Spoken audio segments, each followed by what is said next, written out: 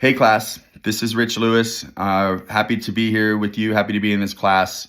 And I thought I'd just share a little bit about myself. Got to get the basics out of the way first. Married, it's going to be 25 years this year. Can you believe it? Yay for us. And we have 4 kids. 2 are adults and 2 are in high school, although one's a senior on their way out of high school. So it's been a busy life for us, very fulfilling and very fruitful. We're transitioning into a new phase as our kids are aging out. Within 3 years, I'll be an empty nester, having raised 4 kids. So looking forward to that period of life, which is a big reason why I'm in this class. I have a goal of one day teaching maybe at a community college level or online or something in a way that I can affect young people and be around young learners and just give back. Help teach, much of what I've learned over the years. I've had a lot of great leaders and mentors, so giving back is something that I would like to do. So that is why I am in this class. My career, I work in post-acute healthcare. I consider myself at this point fairly expert in post-acute healthcare, which is basically everything that comes after you go to the hospital. So I work for an organization called the Pennant Group. We spun off of the Ensign Group 3 years ago, and I've been between the 2 organizations. I've been there 10 years. Operations leadership is kind of my bag. That's what I do. Although right now I'm no longer leading an operation, I'm on a new team to fulfill the new CEO's 3-year vision, which is to create 100 CEOs within our organization or our platform. We're kind of a unique organization, so that might sound odd, but that is possible within our model, 100 CEOs.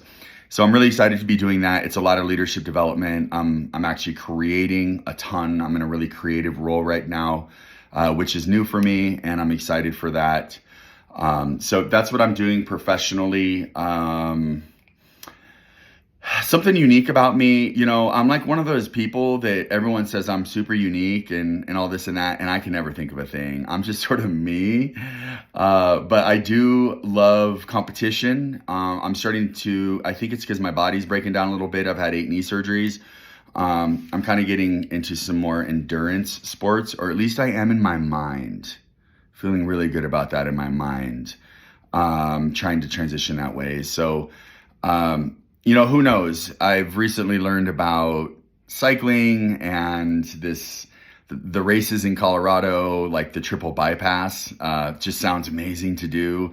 So I'm kind of kicking around the idea of really going headlong into that type of endurance sport space, and seeing what kind of torture I can inflict upon myself. Love music, listen mostly to reggae, pretty much anything 90s or before, and a lot of Jesus rock. I just love listening to Jesus rock. So uplifting. I like to have a good time, like to laugh, and I have recently converted from being a dog guy to becoming a cat guy. And now my Alexa is talking to me about it. That's really creepy. I'm here alone. So I'm now a cat person. My daughter gave me a mug that says Cat Dad. I probably should have brought it to show you. But that's a fun thing.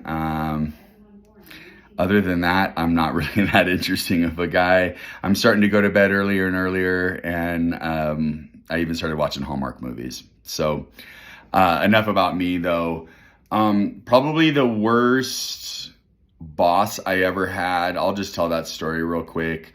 There was a guy named Randall Magnuson. His stature was as large as his name makes him sound. And long story short, he liked to lead through fear, intimidation, really inappropriate jokes, and oftentimes the patting of fannies. He'd never make it in today's environment. If he didn't like you, he would schedule you to open, then next day a mid shift, then a closing shift, and then an open shift, and then the cycle would continue until you either drop dead or quit.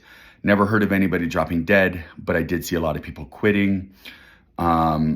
his reign of terror finally ended one day when the police showed up and walked him out the back door. Last I heard, he was still sitting in jail. Good guy. Not the leader that you want to learn from, but that's who is probably my worst leader or mentor. And fortunately, I've been surrounded by a lot of really good leaders since then. And that's about enough about me. So look forward to working with y'all and learning from you. And we'll talk soon.